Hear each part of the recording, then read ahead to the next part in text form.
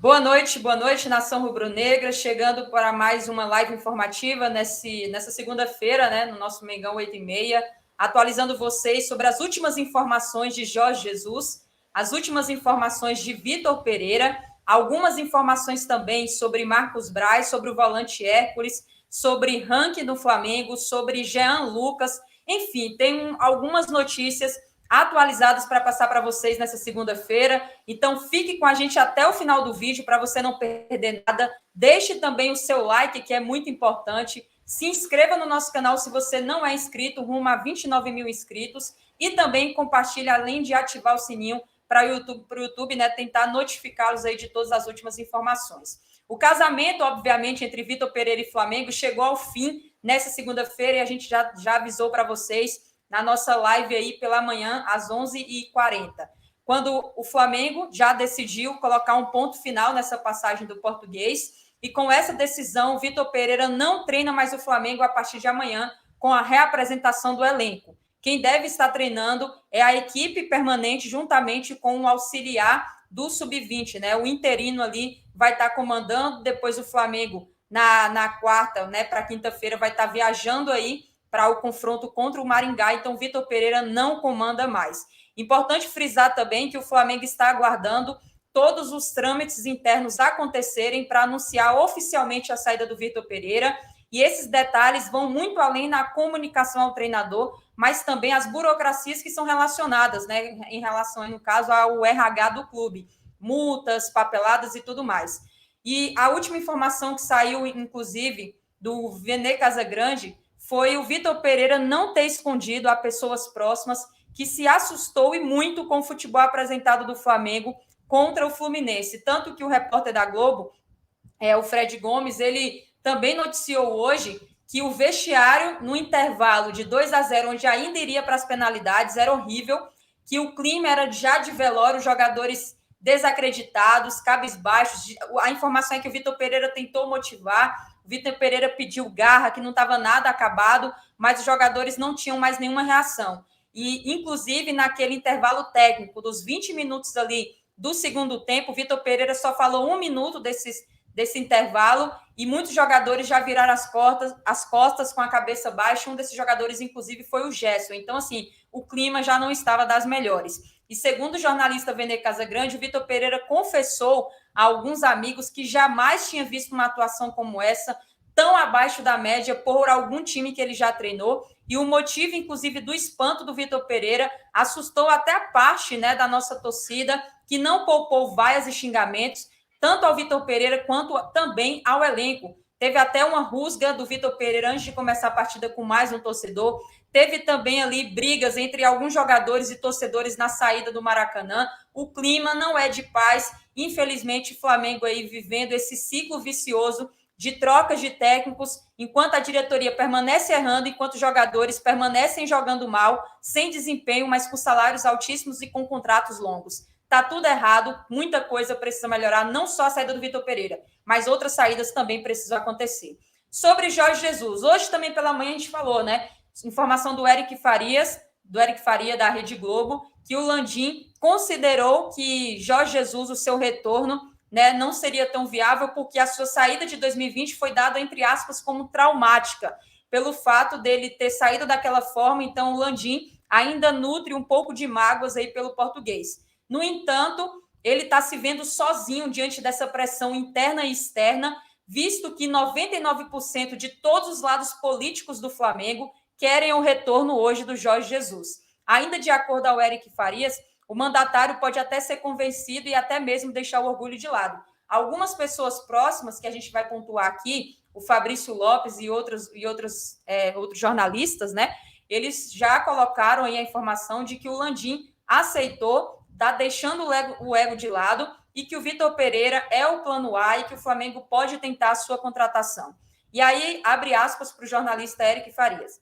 A saída do Jorge Jesus em 2020 foi traumática porque ele havia renovado o contrato e um mês e meio depois decidiu voltar para Portugal e voltou para o Benfica. Isso ainda hoje mexe um pouquinho com o orgulho do presidente. Não sei se ele precisaria ser convencido, se ele precisaria deixar esse orgulho e essa mágoa de lado. Mas o fato é que o Jorge Jesus vai ser o primeiro nome a ser procurado pelo Flamengo. Então tá aí. mesmo que ele tenha essa mágoa, ele está ciente, né, que o Flamengo vai procurar e ele vai dar esse aval aí. Cabe lembrar também que o Jorge Jesus ainda tem contrato até dia 31 de maio com o Fenerbahçe. Inclusive, ele recebeu até uma proposta de renovação, mas o clube turco estabeleceu um prazo para receber resposta por parte do técnico português. Ele estava vivendo um momento lá bem conturbado, estava prestes a ser demitido, mas viveu em alguns dias aí, algumas semanas atrás, até uma boa fase.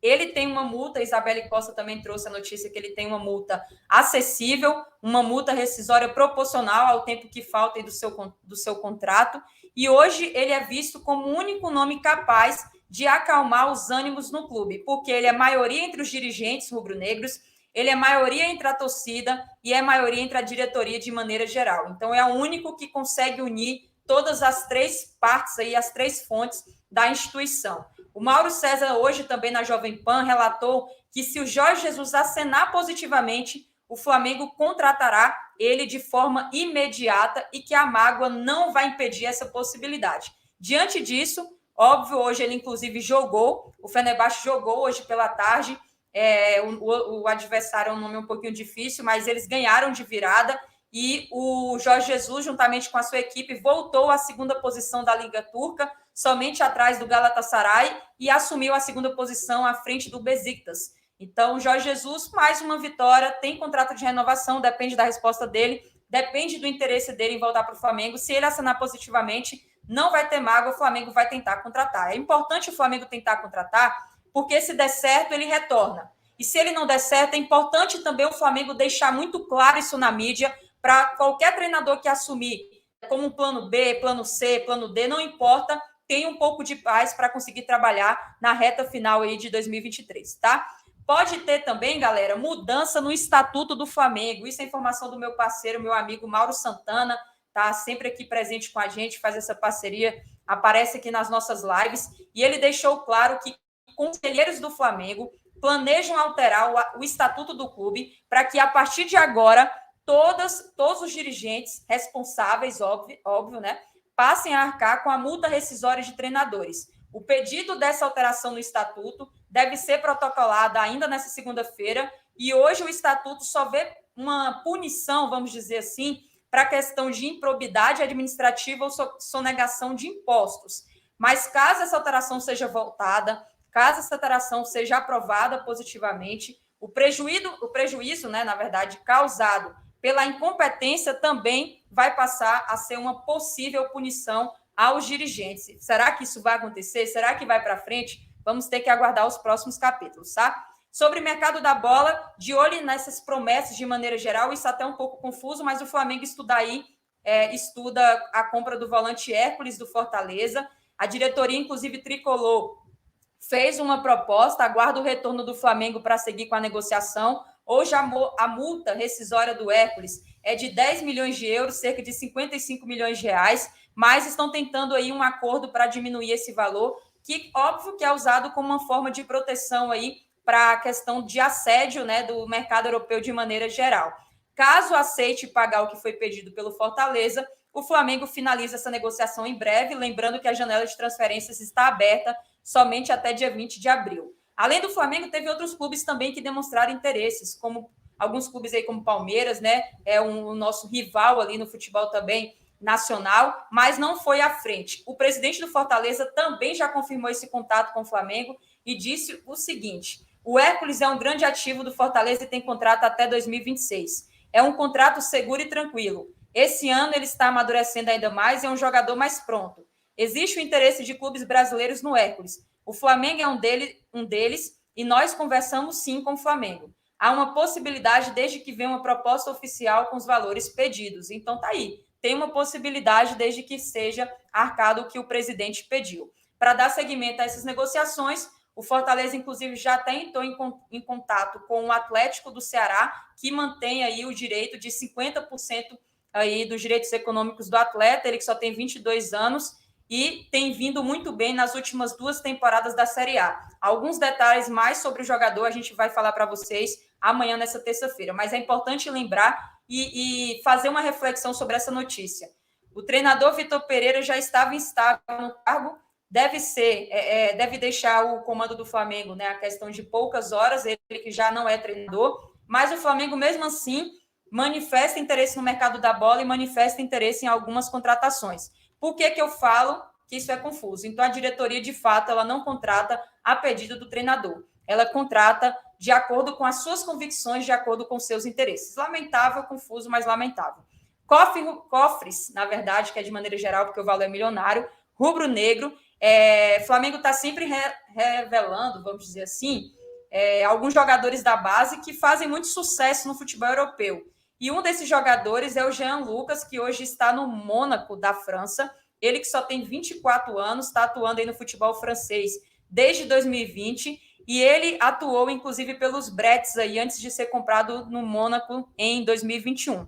Ele foi até especulado recentemente, tanto com o Palmeiras, tanto quanto o Santos, mas o clube hoje mais provável em acertar a sua contratação é o Sporting de Portugal. Os franceses pediram 9 milhões de euros, cerca de 50 milhões de reais, pelo brasileiro. E caso essa negociação seja concretizada, o Flamengo vai lucrar. Apesar de não ter direito em nenhuma porcentagem do atleta, o Flamengo vai receber 2,5% do valor total por ser o clube de formação do meio, aquele dado que eu já passei para vocês aqui. Sendo assim, se essa transação seguir, conforme foi mencionado agora nessas informações que eu acabei de passar, em torno aí de 1.250.000 vai para os cofres rubro-negros, de acordo com a cotação atual do euro, que pode, obviamente, sofrer algumas alterações.